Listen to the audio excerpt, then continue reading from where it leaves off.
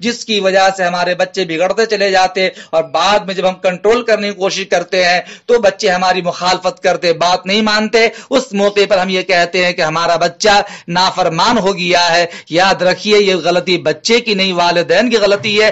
ابتدا سے ہی اگر اس کی فکر کرتے اور اس کی صلاح کی فکر کرتے تو بچہ درست ہوتا، نیک نام ہوتا۔ اللہ تعالی ہمیں بھی توفیق عنایت فرمائے، اور اس پب جی گیم سے حدیث کو جوڑنے کہ جو فتنہ رچا جا رہا ہے، جو اس فتنہ کو عام کر رہے ہیں، اللہ انہیں ہدایت عطا فرمائے۔ السلام علیکم ورحمۃ